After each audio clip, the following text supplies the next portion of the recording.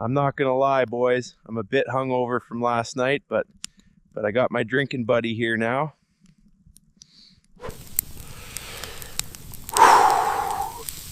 He blinked twice, so I think it's okay. I have a snack for this week's Foolcast. Welcome to the Foolcast. Cheers. I don't know. I have no idea. I'm not a sound guy. Yeah. No, I've done sound stuff.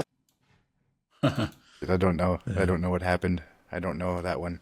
I haven't done enough podcasts to know. Yeah, there's a lot to learn with all this That's stuff. George. He's done radio. He might know. Yeah. Whole like other world too, like is learning audio, and there's people who just focus on doing audio and levels, and well, that's one thing when we were first filming like Sound skits and engineering. stuff. Yeah, like even just adding sound effects to stuff, like you could add so much depth to something by adding in layers of sound effects, and that's a whole thing on it. And sound design is definitely different than sound engineering, right? Like sound engineering is more it's recording. It's the sort of the skill set that it comes to sort of recording and mastering, right? Yeah, I remember watching the behind the scenes of like the making of Star Wars Episode 1, and they were going around and recording all these sound effects, like planes taking off, like older planes, and just like every little sound effect was recorded, and then they would bring it in and manipulate the sound effects.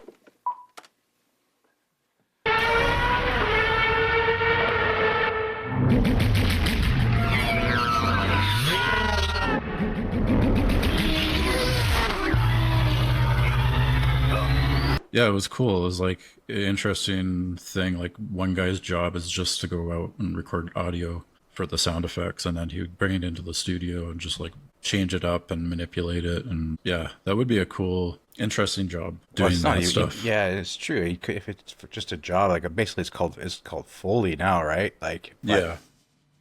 It just sometimes when I'm around, I just take my phone. If I hear something cool sound effect, I won't just record the air. I'll record the sound, some ridiculous screeching or something that I find just to have it. You know, I should do that more. And For sure, yeah. because it's weird, yeah. Like just certain sounds, what you could do to them later in post to either amplify them, just change them completely. But there's something. Usually, there's a sound that I'll hear, like even when the tap is running in certain situations where you just hear the water going through the taps. You know, like even recording that and using that for like some kind of weird space sound or something. You know what I mean? Yeah. Like I don't know. You can find so many weird sounds and use them for different things for sure. Yeah, for sure. Yeah. Yeah, I know, like, that was one thing, like, I think that was the early days of, like, internet marketing, which, I remember getting kind of hyped up for Star Wars Episode 1, even though it kind of wasn't the greatest of the films, but he did a good job of, like, showing a lot of, like, snippets of behind the scenes before the film even came out. So, like, a year before the film came out, he was posting stuff on his website, just, like, behind the scenes. But he did a good job, George Lucas, of like putting stuff online, just feeding the fans like kind of like little bits of the behind the scenes before the film came out, and it was all on his website. So this was before YouTube, so we didn't have any YouTube clips or anything like that. It was just That's right, all man. on his website. I was in grade 8, maybe grade yeah. 9. I can't remember. One of those. It was 8 or Yeah. 9, definitely. And Yeah, I remember was going still to in see high it. school. I was one of the ones that camped out in front of the movie theater for Episode 1. I did line up, but I didn't camp Oh, out. yeah. Like there was, I think I went to University Heights when it was still there. It doesn't exist anymore, right? I'm not I sure. don't think so. Eh? Yeah. Victoria. Yeah, I don't know. Well, I I was remember in going- Nanaimo at the time. Okay. So we had a new movie theater they're building, and it was going to be done just before the release of Star Wars Episode 1. That was the first film they showed That's awesome. at the movie theater. So everybody was kind of hyped up. Although I probably didn't even have to line up. It was just kind of part of the experience. It was Yeah, like, I well, think so, I want to be yeah. part of that experience of being one of the first to see it. So, but like that's probably one of the only ones. I had like a sleeping bag on the ground. I didn't even have a tent. A lot of the people have brought a tent, which was like probably a smart idea. It was a little bit, Kids are raid or something. yeah. I know. It's Victoria, man. It could rain any moment. Yeah, Vancouver Island is always like rain. So, but luckily it didn't rain that night, so we were good. But it was a little bit cold. But you know what's funny? I remember my best friend in high school. He didn't even line up with me. Like he didn't come to camp out. But he came the next day and he cut in line with me. He's like, he's like, oh, I'll just come see the movie with you. But yeah, I guess nobody complained that he cut in line with and sat next to me. At that point, you've already waited so long. Who cares? Yeah, everybody got in anyways. It wasn't like it was outsold.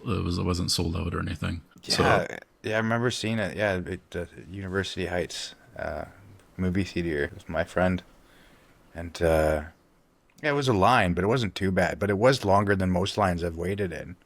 And we did get in, and we watched it, and it wasn't even a bad seat or anything. yeah. I think a longer line that. Oh no, it wasn't. I remember, yeah, one of the first times you could start to buy the tickets, from like the machine. Oh yeah. Yeah, before, and people would be waiting in line. It was like Austin Powers, The Spy Who Shagged Me, the second one, right? I remember there was a huge line for it, and I just walked in there and went to the ATM and just fucking paid for it, at the machine. Yeah. Just walked into like, why are you waiting? Like, because nobody was doing that at that time. That was Nobody funny. knew. Yeah, It was yeah, like, yeah. It's that like was new great. technology, so they have That no was- idea. Yeah. It was like Nowadays we just buy the tickets online and just go to the movie theater. you kind of have Scan to buy it. them online now if it's a popular Yeah. movie, Yeah. because the seats will all be the good seats will be gone if you don't. Yeah, or otherwise you're sitting at the front and you got to look up at the the screen. I hate that. I hate being God, look at right yeah, at I the had to front. do that with Dune, the first Dune, the first yeah. half of Dune. We went to. I don't even know if I like Dune because I had to sit. I had to sit in front. And I haven't even seen the second part yet because I had to sit in the front row. And I was like, Yeah. because it was their last seats, and it was with a couple of friends, and we were like, just a terrible experience. Like I don't know if I like that movie or not. Yeah. I Did you see didn't it? mind Dune. I haven't seen the second one yet. Okay. I heard it was pretty good, but I haven't gone and watched it yet. Yeah, but well, hopefully if there's some good movies out this summer, I'll check out a few. Mm-hmm. But the last one I saw was Sinners, which wasn't bad. It was okay. Yeah. The last It movie I had saw was that- Minecraft. Oh yeah. Oh no, wait. I did go see Minecraft. Yeah. I saw Minecraft. Yeah. It was yeah, it was okay. I think Is what I s- Minecraft as big over there in Germany as somehow? it Yes. is? Yeah. I heard that like if it was packed, like because I took my daughter and it wasn't too crowded when I went, but if you went with like a bunch of these Minecraft kids, they start like screaming out stuff about Minecraft that Oh, they did that here too, and I mean, it was yeah. it was the original version shown here, right? So Yeah. you have your choices. You can watch the German version too. It's just a German dub anyway. Yeah. No, it's a completely new version with German actor. Nah, no. It's usually, of course, the blockbusters like the Marvel movies, anything big, really. You'll get a chance for an original version. And of course, Minecraft was one, and I went with the kids. Yeah, I'm like, yeah, they like Minecraft, but not as much as the other people in the crowd did because they seem to know everything. It's like Yeah. when you get there and you're like, wow, I'm in a movie theater full of Minecraft nerds, and I didn't realize it until anytime a reference to anything to do with Minecraft happened in the movie, everyone freaked out, Oh, yeah. just freaked out, and I'm like, what? I'm like, oh god, and my son's like, shut up, trying to watch the movie. Yeah. He got so pissed. He's like, what the hell's going on here? You're supposed to be quiet. The little kid is the one that says it is the most rational one. That was funny. Yeah. Did you see many movies last year? Or like any of the big blockbuster movies or anything? I'm trying to like somehow remember. I saw Gladiator 2. And I was Oh, like, yeah. wow, it's Gladiator 1 again. But yeah, I never watched that one. Yeah, I missed a lot of movies last year. There was no difference. It was like the same movie, just Yeah. different characters, slightly different scenario, but the same setup, like the exact same treachery and everything. It was just the same bloody movie, just rehashed. And I'm like, come on. And I've gotten really tired of Ridley Scott, actually, all of his stuff that he's made in the last, 10 years, or I don't even know. There's last movie I liked that he did, I think was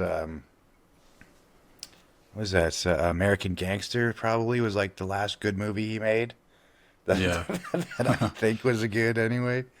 I'm not too harsh on him, but I watched Napoleon. I'm like, this is, yeah, I get it. He's not a big fan of history, like and like actual things, Yeah. like that happened. He just like tries to He's take not the. like historically accurate. No, he's yeah, and I mean you don't even have to be 100%, but don't leave out certain things. And I think he made Napoleon. Yeah, he made it this ridiculous love story thing, Oh and yeah. which was kind of true. Yeah, obviously, but the whole battles were missing. He did a lot more in Egypt. They just didn't do. He just didn't go over. He could have like made it a lot more interesting about the things that he did in Egypt. Like Napoleon pretty much like started like becoming an archaeologist over there. Like you just and then not a lot of that. None of that was shown. It just has him like walking up to like a what was it like a mummy, or what do you call it? The thing that holds a mummy. Is there sarcophagus? Maybe is that what it's called? I don't know. Walks up to it and just like that's it. Like I don't know. It was kind of lame.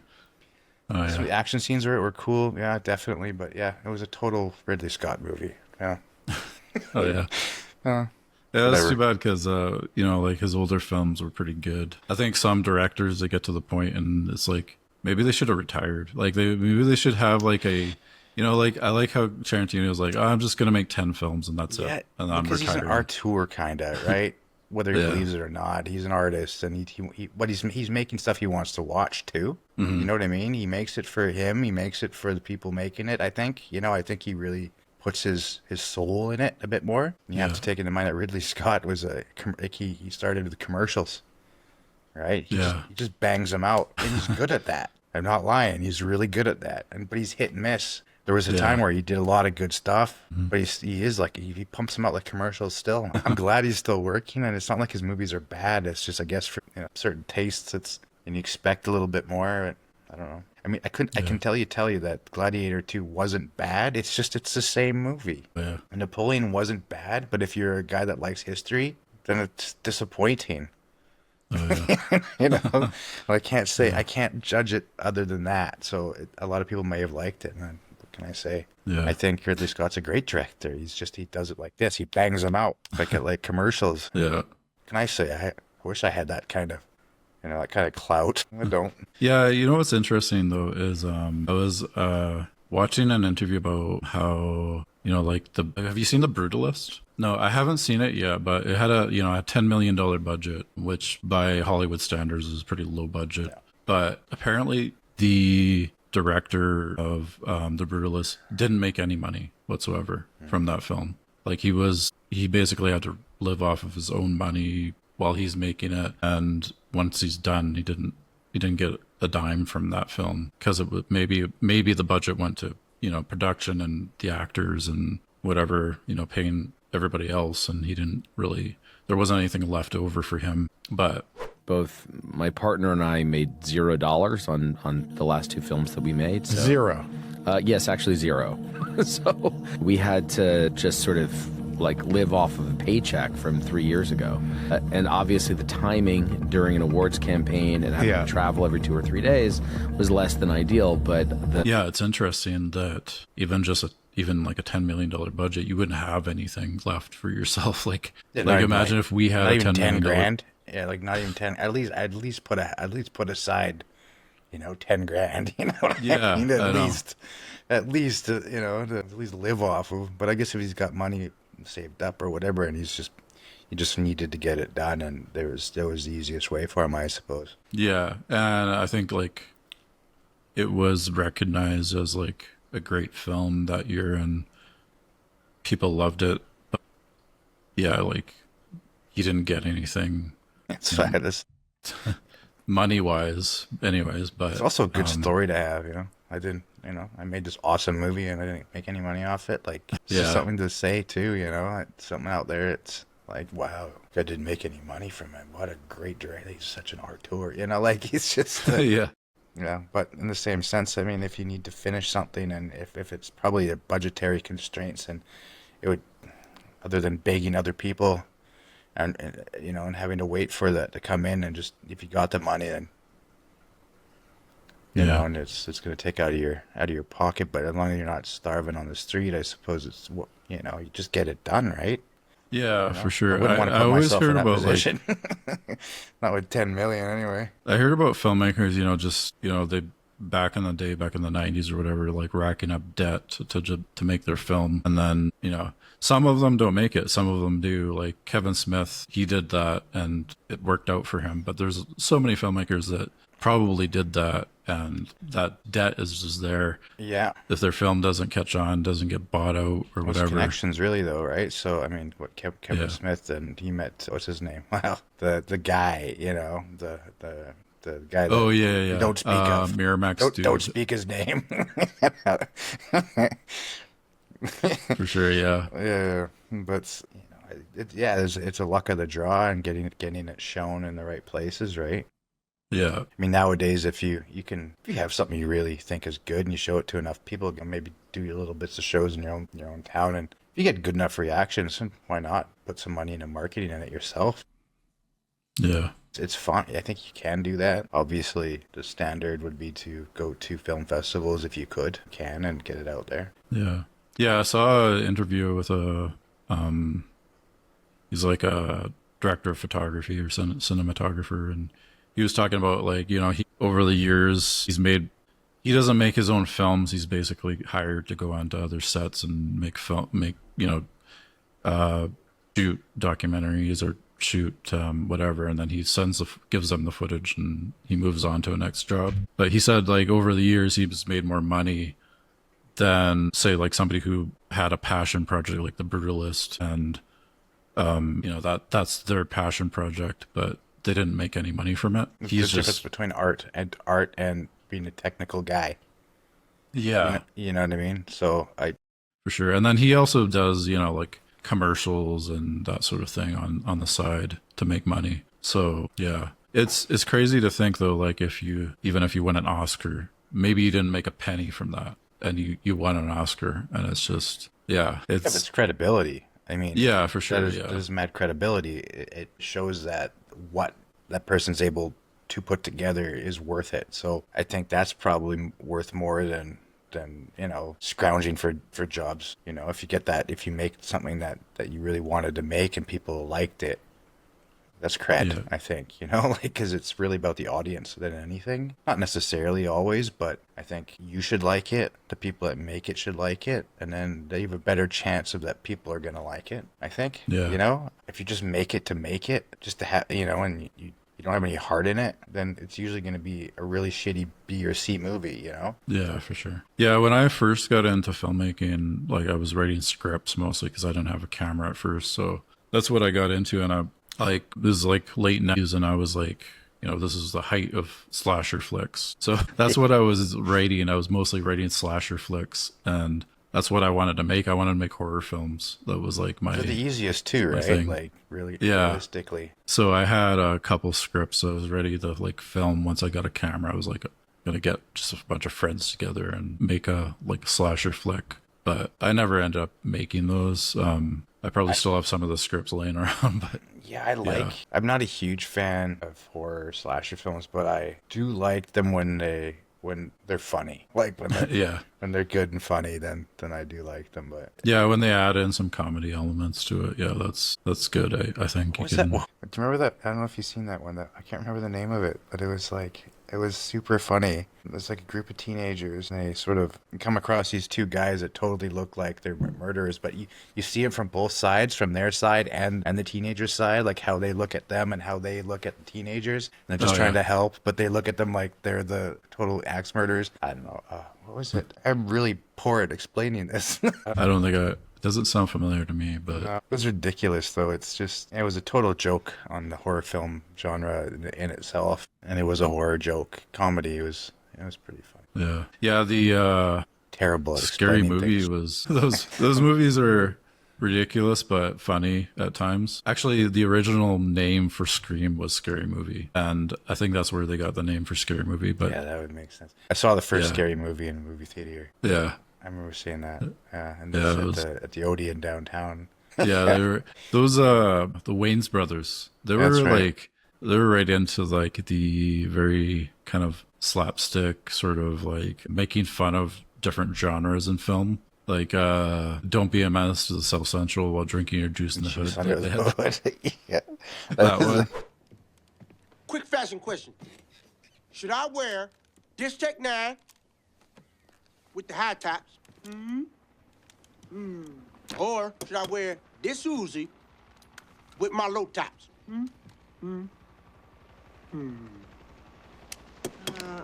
I'll just wear these then. They're making fun of all the hood movies. Yeah, that's funny. Yeah, those ones were good. Wasn't his dad Yeah. like younger than him somehow?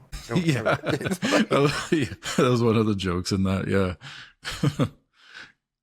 Yeah. Yeah. Those Wayans brothers, yeah, they're hilarious. They've been around in Hollywood for so long too. They're doing Living Color. You remember that sketch comedy show in Living Color? Yeah, it in was Living great. Color. Jim Carrey. That was came out like of Jim that. Carrey too got his like start in that. Yeah. It was Fire some good Marshal skits Bill. in that. Yeah. I never watched like it when it was out, but I did watch it later. But it's a funny show. Yeah, I It's a lot watched of- it when it was on television today. I always looked forward to it. Or that. And Yeah. obviously Saturday Night Live. I looked forward to watching that too. Yeah, Kids in the Hall. I looked forward to watching that. Kids in the Those Hall. are funny. Yeah, that's a good show. Yeah. I was just getting my gear ready because Friday I fly out to Victoria, so I'm like kind of just figuring out which like what lens I'm going to use on each shot and kind of preparing better than I would usually do because usually I'm like Storyboarding at all, or I'm not storyboarding, like just doing like a shot list basically. yeah, that's good. Yeah. Figuring out like, so I know, okay, this shot, we don't have a whole lot of time to film, so I'll need to know like which lens I'll want on each shot so that I know I have it all prepped and ready to go, and what I'm going to use the Ronin on, like for tracking shots, moving shots, or anything like that. So just getting it prepared, because it's that way I'm not just like figuring it out on the fly, and then we're going to edit and then we're missing I'm not shots. ignoring you. I'm just trying to find that movie I was thinking about. Oh yeah, it's all good. Yeah. So yeah, I'm like preparing a bit more than usually do. Like for skits, we just kind of run and gun and Yeah. figure it out on the go. But since it's something that we want to be prepared for, I need to have everything ready to go and like planned out so that so it's I'm not missing shots. I'm not like going in the editing. I'm like, I wish we could reshoot that and get better shots here or there. Yeah. So Yeah, even with this that movie I've been making for a while, I've storyboarded like every scene pretty much to a point, and that way it has a bit more of a, well, not every scene, because some of them turned out different than I expected. Like how I was gonna shoot them couldn't work, so I had to figure out a different way to go about it. But there are a few that are pretty much like bang on the storyboard, how I envisioned it. that's I keep thinking about that shot you did with the umbrellas and the stuff flying. Like, Yeah, that's that was flying. storyboarded. I'm like, that looks awesome. I'm like, how did you guys do that anyways? Like, Yeah, what was that? It was like some bunch of fake blood we tried to make. It was like a mixture of all kinds of weird shit. It was like, Oh yeah. it was like you've gone quiet again. Oh, weird. What the hell? That's weird. Okay. Yeah, but it was a don't know, mixture it of keeps- like chocolate syrup, beets, cut up beets, and like beet Oh, yeah. juice. What else was in there? There's like all kinds of like ketchup, like anything red I could, because you can't get corn syrup here. Oh really? Yeah, and like in Europe, you just can't get corn syrup. Oh, weird. So that's what you would make, fake blood with generally, right? You Yeah. just can't get it here. Like, so you can't make any homemade anything. You have to buy it. I now have some like fake blood if I need to use it. I ordered on Amazon, but at the time I just made this big bucket, filled it with beet juice and water and like chocolate syrup, and we just stirred it up, and that was one shot. We only had one shot. My buddy just like threw it all on the umbrellas, and then at the end he just threw the last bit, which was funny. And so he had the second little splurt for no reason, which makes no sense whatsoever. Yeah. But it just adds to how funny it is.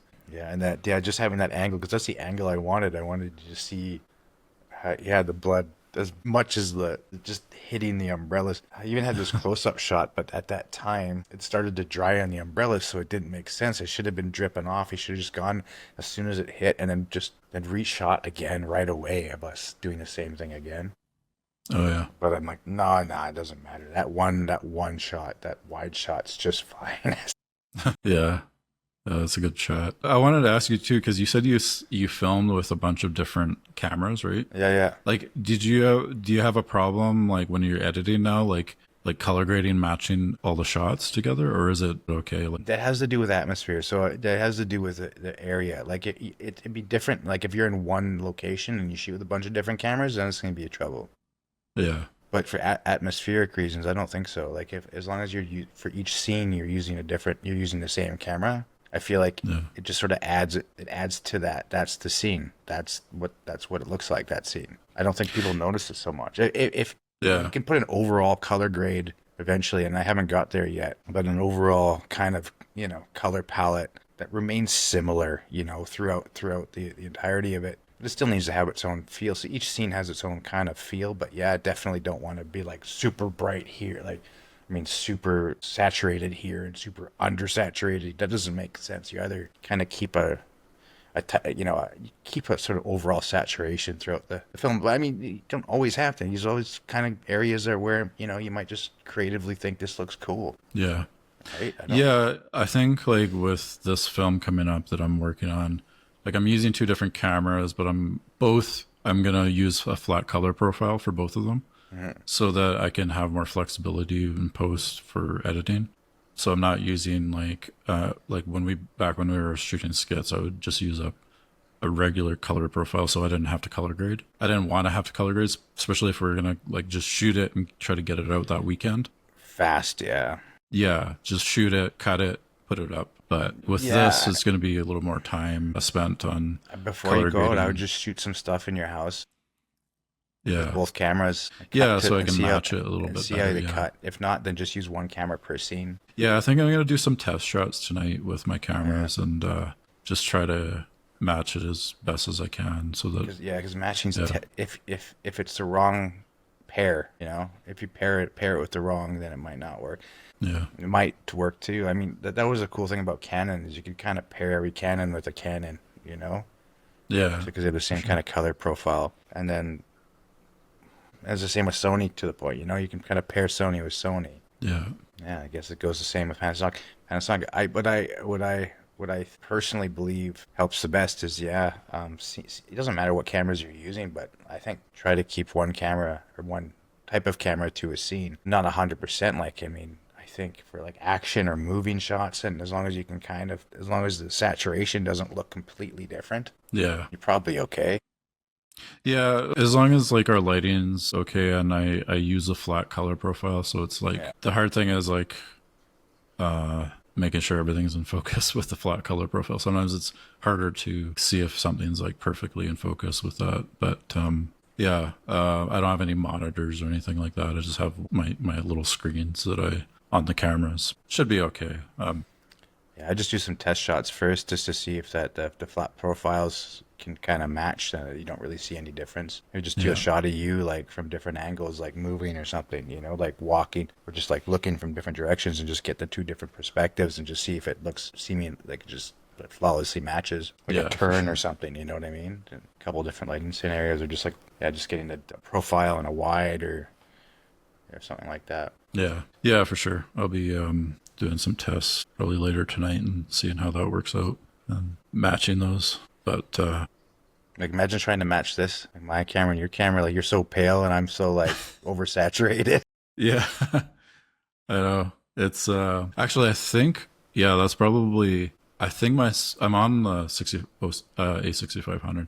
That's probably why it's so pale, because it's like I think it's on a flat color profile right now. So I didn't change the settings, so I just kept it on a flat color profile. But yeah, that's probably why. It's just cheap ass sensor here on this camera. Oh yeah. It's like a Simpsons character. Yeah, it's interesting though. Have you seen the new? Let me just pull this up quickly. Oh, I found the name of the movie. Oh, what was it? Tucker and Dale versus Evil. I don't think I've seen that. You should see that. It's funny. It's stupid. Oh yeah. Yeah. Dale versus Evil, 2010. Yeah. I'll check that out. It's on, That's a looks good like it's one. on I like Netflix. that one. Yeah, did you see the new, like, the Blackmagic? They have such weird naming schemes for their They cameras. clearly don't care about how long things are. Yeah, like, and it's so confusing, right? Because they got the Blackmagic 6K, Blackmagic 6K Pro, Blackmagic 6K Pro, like freaking what, full frame. Like, okay, well, like, come up with better naming schemes for your cameras. I think that would make it less confusing. Oh, they could just do what everybody else does and just like use one letter, you know, Yeah, and then a number, you know. yeah, And, for sure. and then you're good. But Yeah, no, they're it's like, no, let's just do the whole thing. Let's not even bother with abbreviations. It's like, let's just totally let them say it. Let them say Yeah. the whole thing. Because yeah. people need to Yeah, practice the words. Pixis, what is it called? Pixis 12K. They just announced that one at NAB, and it's interesting because it has like this weird like handle that you can put attachment that you can put on the side of the camera, and it almost makes it look like one of those old handy cams, Okay. like like you put your hand on the side and hold it like this. I guess that's kind of, maybe it's more for like broadcasters or like news or something like that. I bet you it. I mean, it's crazy because as cool as these cameras are, and yeah, again, the downsides generally the focusing system. They're all plasticky and like they like really cheap kind of buttons and things. But the interface is always really nice, really easy to use. Yeah. The quality is good, like so it's kind of cool. It's like you have a really powerful and high quality image maker, Yeah.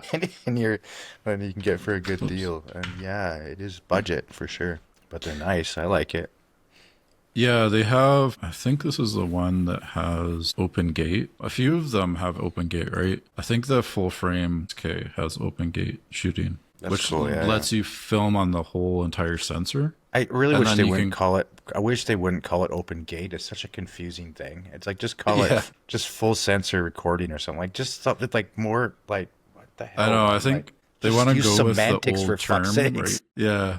Where are the They want to go with the semantics? old filmmaking term that's Yeah. like, used back in the film days.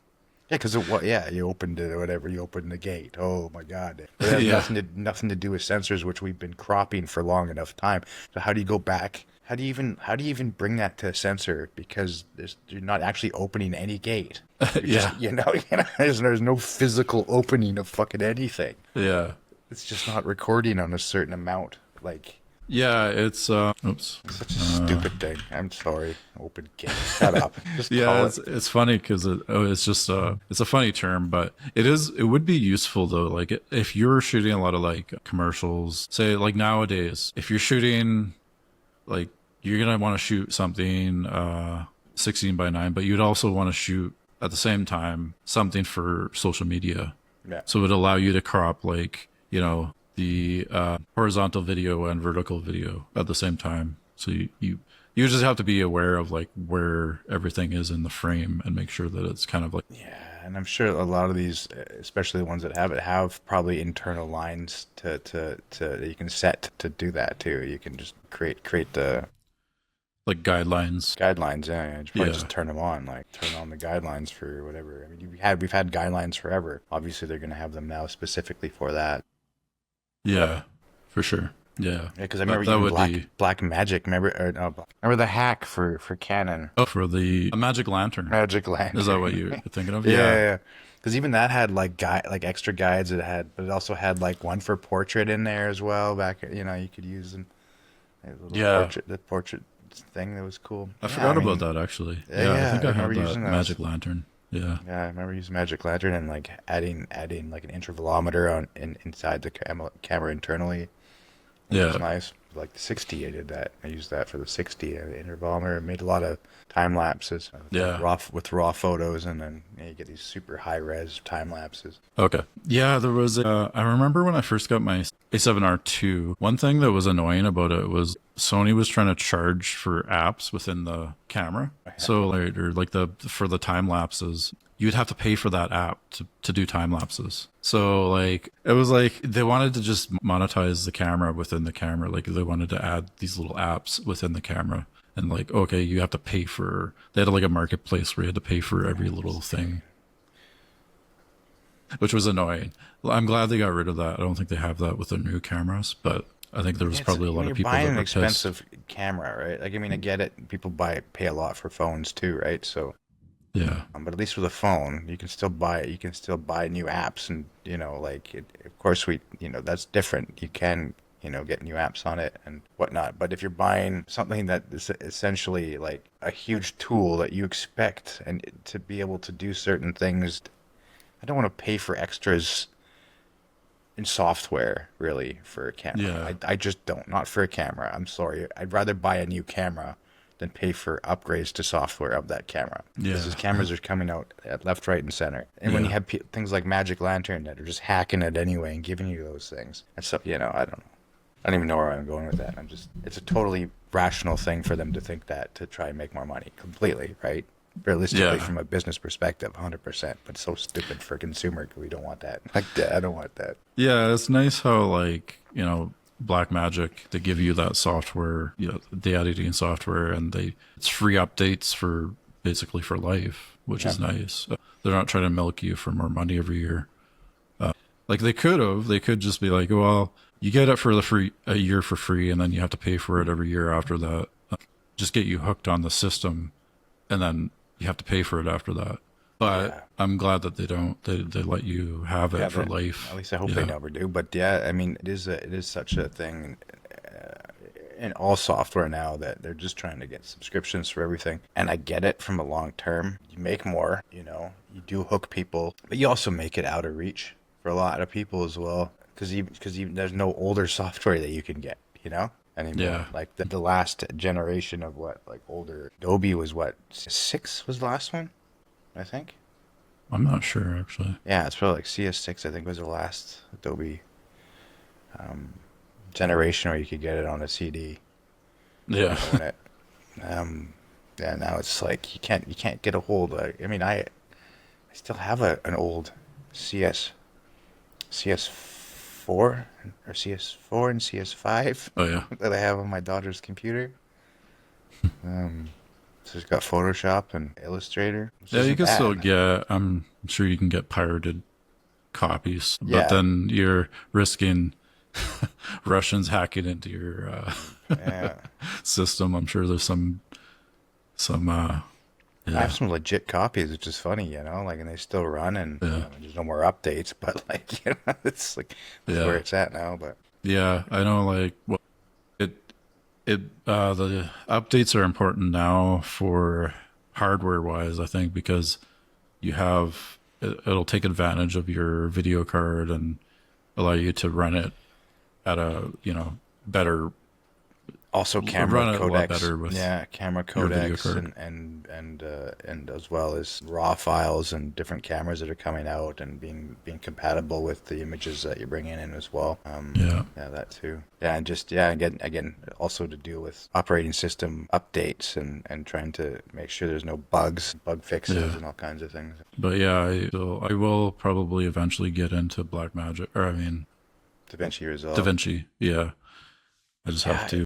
It's not terribly hard to do basic editing on it. Just to stick stuff on the timeline and mix it up. And it gets a little bit complicated with the nodes, but even in that, it's not super complicated. What's actually really nice is to be able to sort of, at the bottom, just sort of switch between the views. Oh yeah. Between like the different editing, between like the color, main timeline, forgetting things like sound, obviously sound editor. And I'm is actually sure it pretty good. runs like it's probably easier to edit Blackmagic footage as well on guess that, so. like it for it color ha- grading and all that stuff. It Because has- originally wasn't it originally just a color grading software? I'm pretty sure yeah, maybe. like back when it first came out.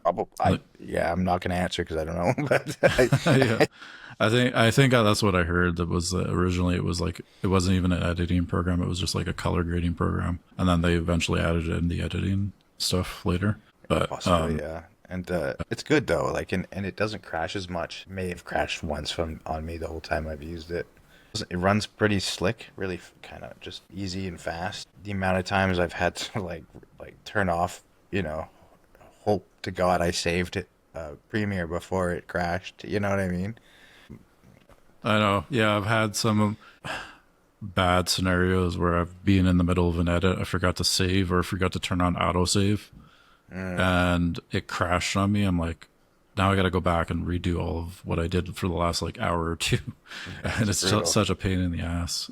You just give up for now. Like, fuck, I'll come back tomorrow.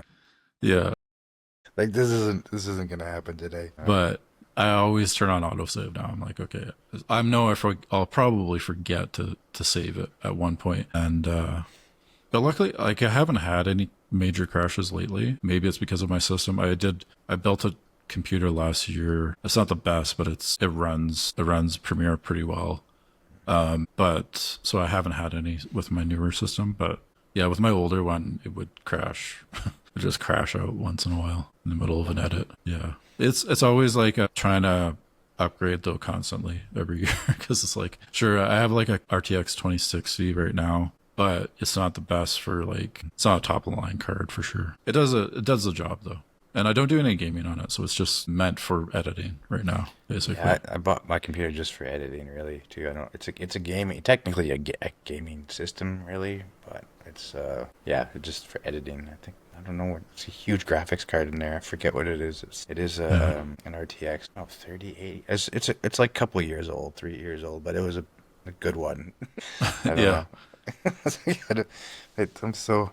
As much I care, as long as it works. Yeah, for sure. You're not doing any ray tracing on it or anything for gaming, so it's it probably worked fine for editing. Yeah. It's got an i9, which is nice. Oh, i9, yeah, that's fast.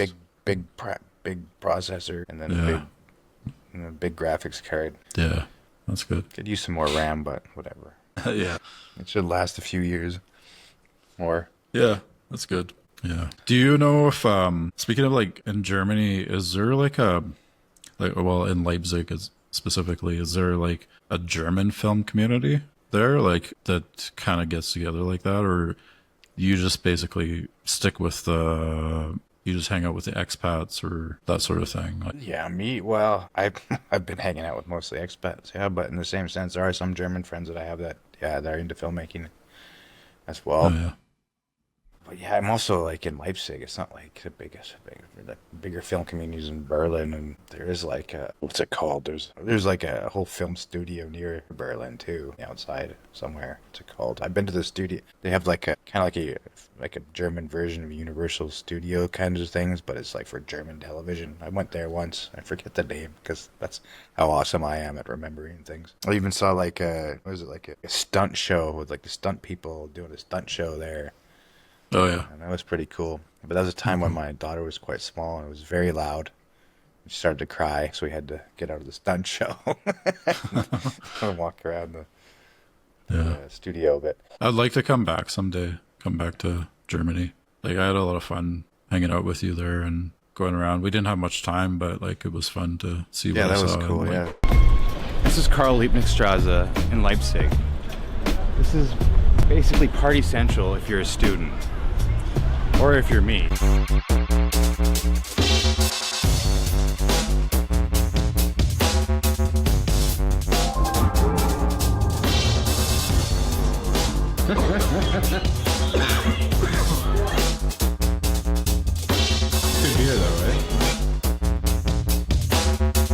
Right now I'm sitting in the Hauptbahnhof Leipzig, or the main train station here in Leipzig.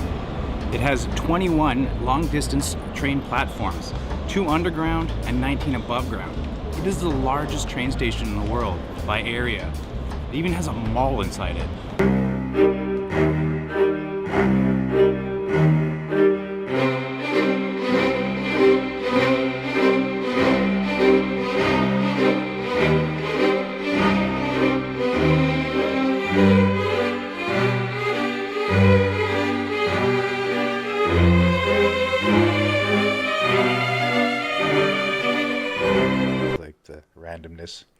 pretty Yeah. pretty laid It'd be back. cool to come out there and like actually film like maybe a short film or something like that. Or, Yeah, for sure. And we can set up a crew and make a short film for sure. I can get some people together. Yeah. Yeah. Eventually I'll plan something, get out there. That'd be fun. Because it's coming on, like, I can't believe, like, 2016, next year will be a decade. Like, it doesn't feel that long ago. It feels like it's crazy how, as you get older, it feels like time passes quicker. Yeah. Like, when you're a kid, like, a year feels like a decade. And, like, now a decade feels like a year. Like, it starts to slow down as you get even older, too. Oh, from yeah. what I've heard. It's like, theory of relativity, I guess. Yeah. Really, but it is weird, right? Because the more you perceive, the way we perceive things as we get older is a lot more, it's just closer to things, it seems like. You know that's going to happen. You know you've already done it all. You've already done years, lots of them, you just know how it works, and you're just used to the flow of it now, where it's just it's not as kind of exciting, I suppose. It doesn't seem as far away anymore. You're not really learning as much anymore. There's not so much new things happening to you. You're not experiencing constantly new things. It's hard to explain that sort of perception, right? That the way we change as we get older, our ability to sort of perceive a greater amount of time doesn't exist anymore. You know what I mean? It's like it's not that much. It's not as greater amount of time. It's not this like, wow, I wonder what the future's gonna bring. I'm like, it's now. Yeah. Sure. Oh fuck. Yeah. When I was a kid, it's like, I was like, oh, I can't wait till I'm 20. Man, he's so awesome. I'm like, don't think that. Go back and be like, don't think that. Yeah. Yeah. Like, it's weird watching like Back to the Future, and it's like Back to the Future 2. It's like it takes place in the future, and it's like the future is like 2015, I think, in that movie. It's funny. Yeah. There's It's like funny flying what we cars thought. and shit. Oh, Yeah. We're in 2015 and there was no flying cars. Yeah. Just some drones though. It's some drones. Yeah. Drones. No flying cars. Yeah. I know. I always thought, like, in the 80s, I'm like, when I was a kid, I'm like, oh, we're gonna have flying cars someday. It's coming, but yeah, they never came. They're building them now, just as like little hobby projects. You see them online. It's like people pretty much making, basically drone-like cars. Yeah, I've seen those. Yeah, like there's some prototype kind of like drone cars, basically. Like I don't know how safe those are. I don't think I would want to test them out. Yeah, but just when you see these ideas of the future, everybody's like driving perfectly normal, like, in the air, as if there would be like way more accidents constantly. Like, Yeah. No one would be self-driving those things, They would all be on like a flight plan, Yeah. There's no way you could deal with that where everybody's like personally driving. I see like videos all the time of people flipping their cars here in Edmonton. I'm like, yeah, you imagine if they're flying, people crashing into the top of your house and stuff like that. Yeah, it would make no sense. Yeah, it's just completely pointless. It's just such a bad idea. Yeah, I don't trust people. No, I much rather like the tubes, like in Futurama, where they get sucked in tubes. Radio City Mutant Hall. Cool. Yeah. That's a way Shoot you better down a idea. tube. Yeah. It's safer. Somehow. It makes no sense. I don't know how it would work, but that's safer. Yeah. As long as they don't send two people down the wrong tube. Like, they go in the... Yeah. No dual suction tubes. Yeah, I've been watching a lot of older films lately. I was watching Aliens. It's a good one. Yeah, that's a good one. Yeah, James Cameron was like one of my favorites back in the day. He still is. He's okay. Yeah, he's still good. He's still obsessed with Avatar, though. I wish he'd move on from Avatar. Like, I know he loves that. He likes the deep sea thing, and like, I don't know. He's just overly obsessed with that world of Avatar. I mean, he obviously, because everybody doubted him, he did the first Avatar, right? And then there was such a big gap between Avatar 1 and 2 that everybody was doubting, like, oh, you're not going to make the money. Nobody is interested in Avatar anymore. But then he proved everybody wrong. He made a big big yeah. amount of money from Avatar 2. It also came out around Christmas too, and just owned the box office somehow. Like it, yeah. Yeah. I went to see it with my daughter. Yeah, I showed her Aliens too, and she liked that one. She liked it better than Alien. Aliens 3, I showed her. She's like, yeah, it's alright. And then I showed her, what was it? Alien Resurrection. She's like, yeah, it's alright. Yeah. Aliens is like the best, really. Aliens, yeah, is one of my It really favorites. was. Yeah, back in the day, yeah, some of my favorite from James Cameron, Aliens and Terminator 2. I showed her that too. She's old enough now. She's 13. I showed her, yeah, Terminator 1 and 2. Oh yeah, yeah. It's different now. You kind of shelter your kids, like I do too.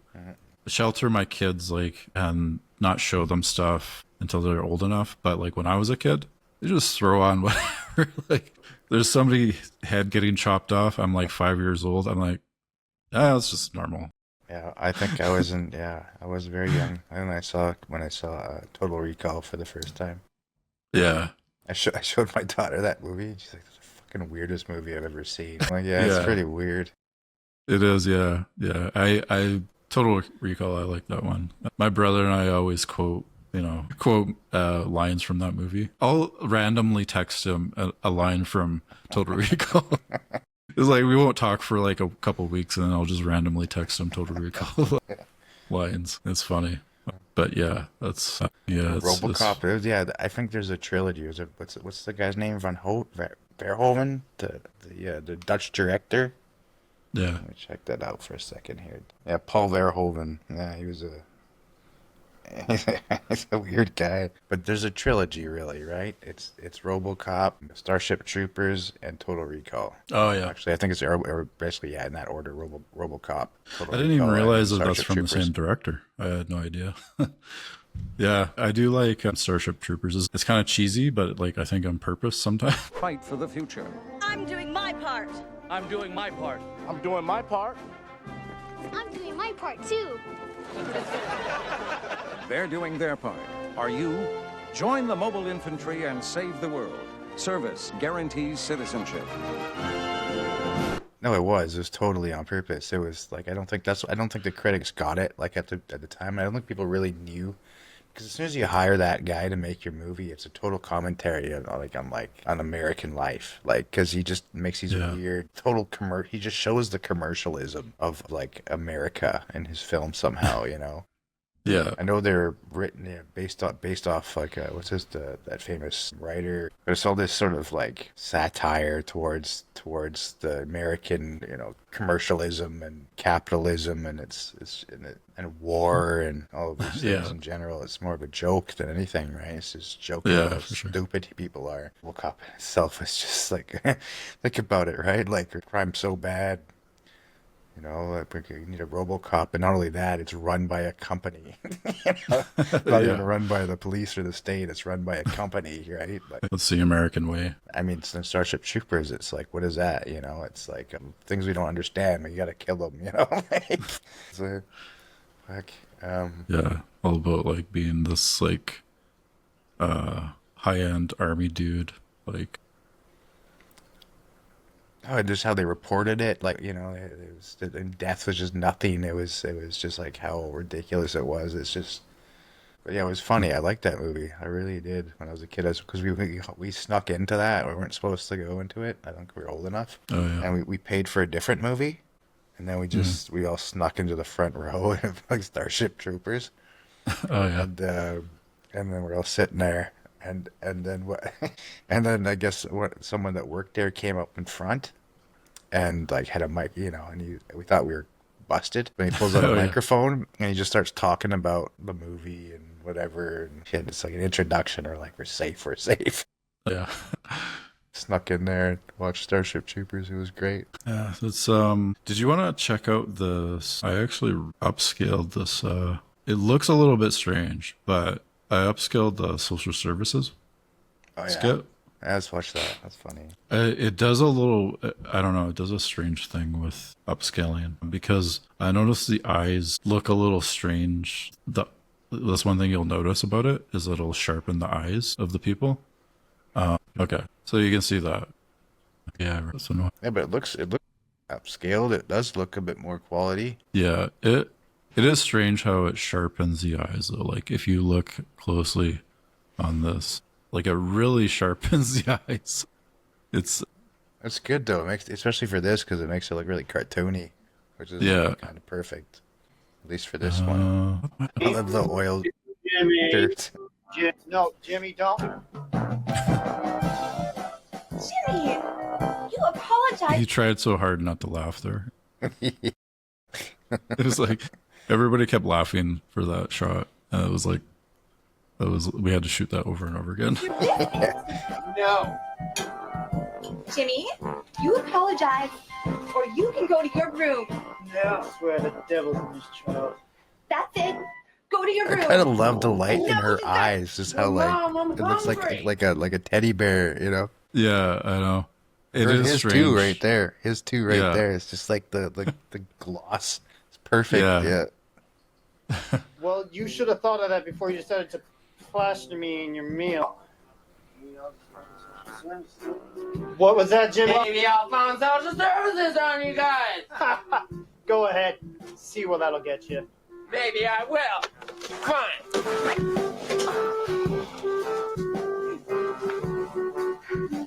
That kid is retarded. I love how we use this old phone. But will these idiots use spell check? Hello? Hello? Social services? This is Jimmy Green. That shot is clearly out of focus. Yeah. Oh man. Oh well. Send me to bed without dessert. What? Can you help me? Don't worry, Jimmy will be right. Thanks! Ah! Lock and load, boys. We got 11:17 in progress. No sound goes without this sound on my watch!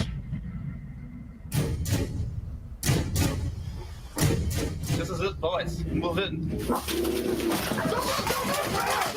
This is harsh.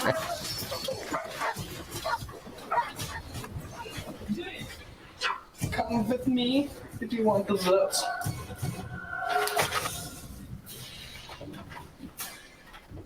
Mine's bigger. What's going on here? Soul parents of Jimmy, why do you think it's not okay to give your son dessert? For breakfast? Not an excuse. Do not worry, Jimmy. We shall get you ice cream. Yeah, ice cream! Hey, what are you doing, my son? Take care of him, boy. Wait, no. No! What are you gonna do to my parents, mister? Don't worry, Jimmy. Let's just say they'll get their just desserts.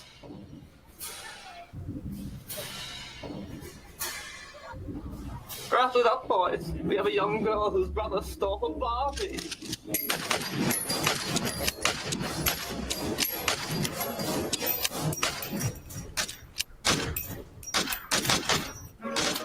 Let's go on at it.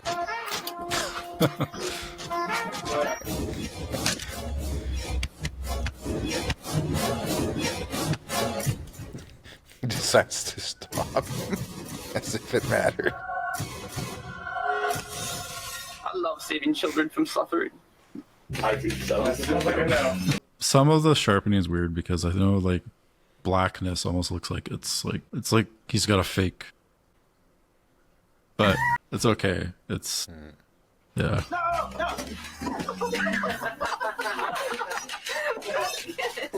Table here.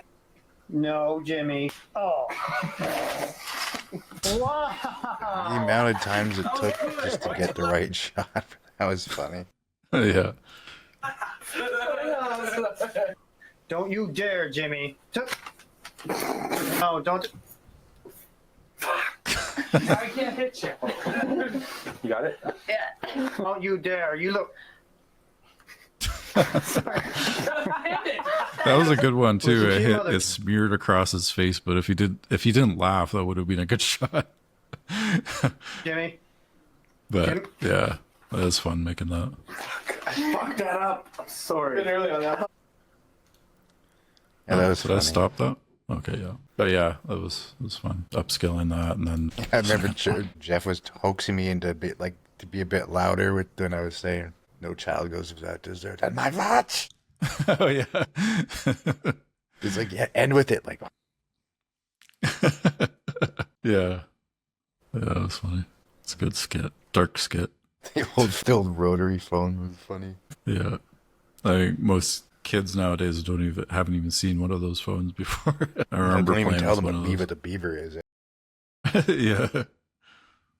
What's that? Oh, it's a really old show. Yeah. I have I'm planning this documentary coming up here. Well, we got to start planning soon. The funding, I don't know if the funding's come in yet. I have to check, but it'll be a short documentary and then hopefully lead to a bigger documentary, like trying to get funding for a feature documentary. So yeah, that'll be fun to work on. They want me in front of the camera. Actually, this is one thing that's helping me is doing this podcast. Yeah. So it's like getting me more Right. comfortable in front of the camera. That's right. Yeah, totally. Because usually I'm not in front of the camera at all. I don't like being usually like behind the camera. Like I think there's a few skits where I'm in front of the camera where I'm actually like participating, but most of the skits I'm not in it. So yeah, That's fun too. I mean, like even a podcast recording it and publishing it is funny because you just say whatever. It doesn't matter, right? And the more you do that, the more you don't give a yeah, how about anything really. It's yeah. Just get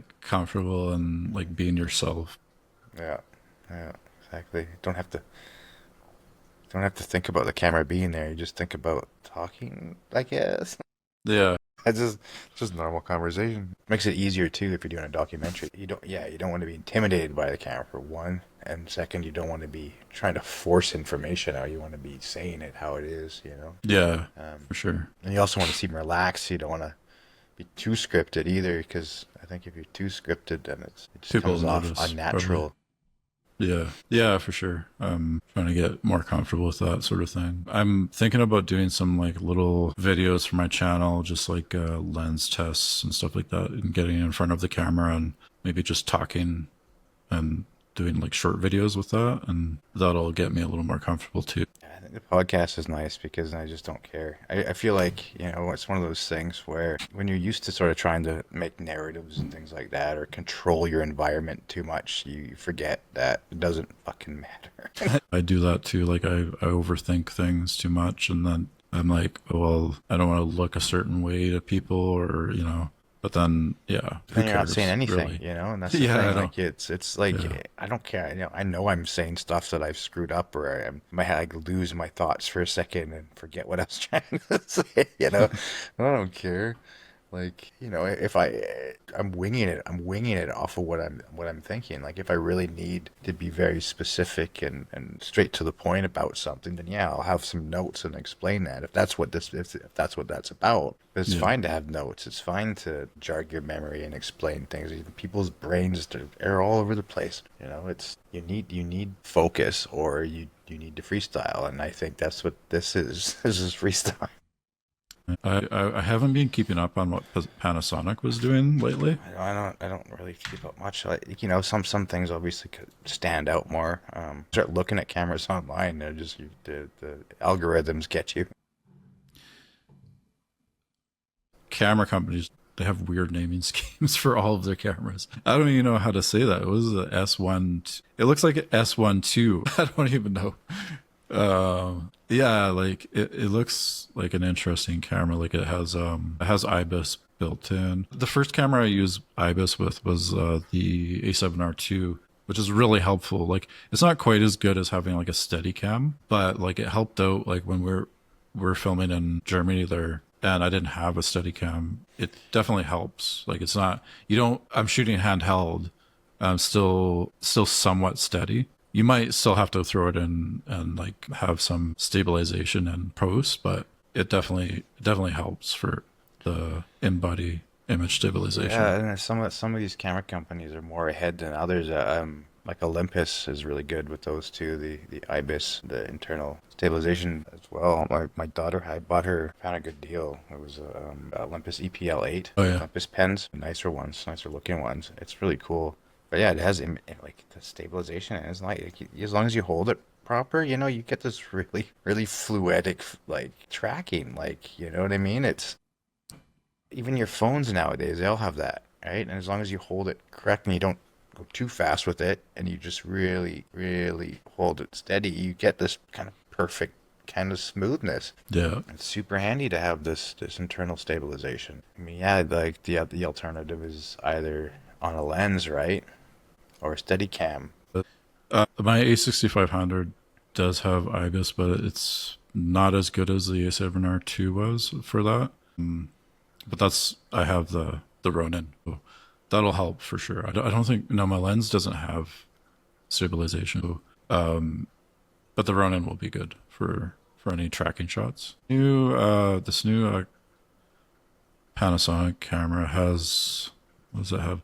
6K 3x2 open gate at 30 FPS, 5.1K open gate at 60 frames per second. Do they have any? Yeah, the only they do have 240 frames per second, but it's only at full HD. It's still fine. But yeah, I think it's it's fine for most stuff. as long as it's sharp. How often do you shoot slow motion? That's a thing too. Exactly right. So, and as long as long as you get some nice sharpness from it, like I don't. As long as the quality's good, who cares? I don't. I don't care if it's 4K or 8K, as long as it's. I don't care if it's HD. As long as the image quality is nice, it's. Yeah. And if you can upscale it, then right. Yeah, and it has 15 stops of dynamic range in Vlog. That's a pretty good dynamic range, actually. I don't know what the dynamic range is in, like, there's a Sony A7S, 7S3, I guess it is. But I know, like, the first A7S that came out was, like, you can shoot it with, like a super high ISO and still have usable video, which was, like, I remember seeing some full tests frame, from, right? Yeah, I believe it's, Like it's 12 full megapixels, frame. right? It was like, yeah. Like The first one was like only 12 megapixel, but a lot of people use it for like very low light shooting because you can shoot with like high ISO and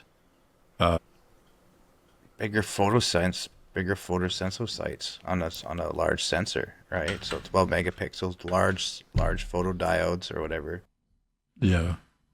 So a lot of big pixel pitches on a big sensor. So yeah, it makes sense you'd be able to capture more light. Yeah, for sure. Yeah, it's obviously pump it up too, right? Yeah, I saw like Philip Bloom. I don't know if you watch any of his stuff, but I see some of his stuff. Yeah. Yeah, he does a lot of just camera tests, like on his YouTube channel. But he did like back when the first A7S came out, he was shooting basically in pitch black and like pumping the ISO up really high, and you could see it. He said it was like you couldn't see it with your own eyes, but like with the ISO pumped up, like the camera could pick up everything basically. It's pretty crazy. And I haven't been keeping up with the newer one. I know that they have an A7S3 out now. It's probably even better for that sort of thing. Because I've heard of, I can't remember which movie it was, but there was a movie that used a Sony camera and they used very little light for the film. Like just mostly natural light, but like they can shoot in very low light and the sensor would pick it up. Even the FX3 is good at that, isn't it? I think, yeah, maybe it was the FX3 that they were using. I can't remember which one it was. I should have saved that video, but it was interesting because they were showing behind the scenes and it was like very dark, very like almost candle lit, and they were still picking up, like the sensor was good enough that it was. Yeah, it's really, yeah, that's what's nice about it, right? Like I like that too because I don't like having to set up a lot of light. Like I get it in certain productions, it's kind of mandatory, but I don't. It just depends on how you're shooting or what you're shooting. You can make things look quite cinematic with very few lights, positioned good. You know what I mean? Yeah, if they're in the right spot. And, just to accent and to diffuse small amounts of light in certain ways to get just to separate your characters or from the background, and having the background have a bit of light too, just to put them in the atmosphere. You know, it's with those new cameras, like a lot of digital cameras, you can push them pretty high. You know, it's not like film stock back in the day, which you had to know your film stock quite well, you know, before you could push it. Yeah, and you'd had to like have a light meter out for everything just to check to make sure the lighting was going to be exposed on the film. Because like, back then you couldn't even tell what you were getting until after you had the film processed and you took a look the next day or something like that, and something could be like underexposed or Oh yeah, you could have totally overexposed. screwed it And, up. You don't know, right? So that would suck, yeah, eh? Yeah, but there is a yeah, kind of a new, I don't know if it's a new wave, but like there's a, it's just if you look at now filmmaking, you can see this because um, the sort of low budget is coming back with just these cameras. Like the idea of not of using natural lights with a little bit of fill and just the atmosphere and taking shots out and wherever general public, you know, and just getting yeah, these acts just done with whatever you can. You know, it's about the story. You don't need a giant production anymore, really, realistically. I yeah, think people want that. I think people like still strive. Like, I want to get a budget. I want to become a famous filmmaker, and I want to, you know, do this and whatever. And it's tough because you know, there's so many people that want that. You know, but the truth is where's the money for that? And now maybe you just don't need that. You just need to go right and make it a little bit more and be a little bit more hustle. I don't live yeah, anywhere near LA. You know, I don't live yeah, anywhere near Vancouver or Toronto. Maybe yeah. Berlin, but I don't fit in there right now. Like, I gotta make whatever I make, how I make it, right? Yeah, that's the other thing too. You hear from a lot of filmmakers is like the bigger the budget, the more the studio wants control over it. Like, so you lose control of your own story at a certain point. It's like then it's not even your film anymore. Oh yeah, if you the minute that you start getting investments, right? So the minute that that someone's bankrolling your project, they have a big say in it. Unless you got unless they, I mean, obviously you have to work with them, right? It doesn't matter, regardless of how much they want input they want in it. You still have to work with them, and I mean, so Yeah, I think it's a balance to like you can kind of make it buy and make your film the way you want to on a lower budget. If the studio funds it, then you lose control, and then it's no longer your film. It's like the story is maybe completely different. Like how can yeah. Tarantino, he didn't even want to watch Natural Born Killers because Yeah, of but he how sold much that they changed script it. off, right? Yeah, Yeah, but you know, he sold that script off, and I that's get true. that, Yeah, and I get that. That's different, but you realize he's had full creative control in every movie he's made, pretty much now. yeah, He's one of the few that gets that, right? You know, so and some directors are very much like that. They'll only do it that way, and there's you hear about these things, right? And it's always some, you know, the bankrollers. People get nervous, I guess. This would be my thoughts on that. It's been with yeah, bankrolling this project. It's a big project. They like it. They want it to see it maybe a success, and everybody has their input. And at some point, if the collaboration's just not working, you might see it in the end product. And yeah, sometimes maybe it is work. I don't know. You know, that we hear about these stories all the time. You know, so if someone's bankrolling your stuff, they're invested in it, and they do have partly control, especially the producers and anyone who's putting money into it, and the investors. You know, like yeah, and again, if it's a studio too, then you got execs, right? yeah, So for sure. then you've got these guys that run the studio making decisions about your creativity somehow. Which Yeah, again, you accepted the money, right? It's like I yeah, don't know what to say. Yeah, I don't know. I don't know that world. I only know the TV version of it. You know what I mean? I know yeah, what I see on television type idea. And other than yeah. that, it's complete It's mystery. it must be like there must be so much pressure too. Like I remember I was watching an interview with Tarantino about how like he just finished Reservoir Dogs, and then he's moving on to the second film, which is Pulp Fiction, right? And he's trying to get the cast together. He knows who he wants for his cast, and who he wants for this person and this person. And I think he already cast like Travolta, Yeah, right? yeah. So he had him in mind, and he already was like promised that role to Travolta because that's who he wanted for that role. But then Bruce Willis read the script. You know, Bruce Willis is a huge actor, and like it must have been so intimidating for Tarantino being a young up and coming filmmaker, and it's only his second film, and Bruce Willis comes and says, "Well, I want that role." You know, like he came and said, "I want Travolta's role," and then Tarantino he said, "No, I don't. Sorry, I have that Travolta for cast. John Travolta." He's like, "Well, then let me play the second lead." He's like, "No, that's supposed to be a black guy." Like, he's like, no, don't worry about it. Like, I can definitely play that role. Like, you know how intimidating that would be to be like this young filmmaker that just only made. You went quiet. Yeah, hold on. Yeah, let me just cut out for a second.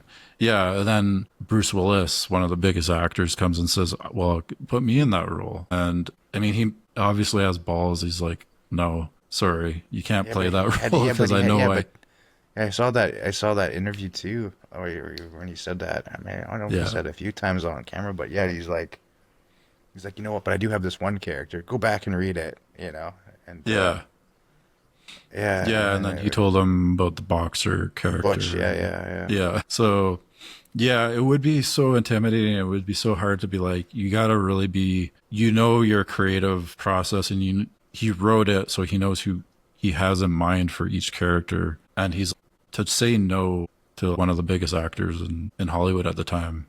Good on him for doing that. It would change his vision, right? So it's if you don't want to lose that, you don't want to lose the movie you had in mind, right? This is the idea I had. I don't want to. I think there's limits to like how much you can accept to change, before it's not what you thought anymore. Yeah, for sure. Sometimes it might fit. Sometimes it might work better than you thought too, though. There's also that, but I mean, again, at the same point, you got to stick to your guns, right? If you really believe it. So yeah, it's good that he stuck to what he wanted, and it worked out because he got all the actors that he wanted for that film, I think. Yeah, that was a good movie. Yeah, it was a great movie. We all saw it. It was great. It worked. I was a kid. I shouldn't have watched that.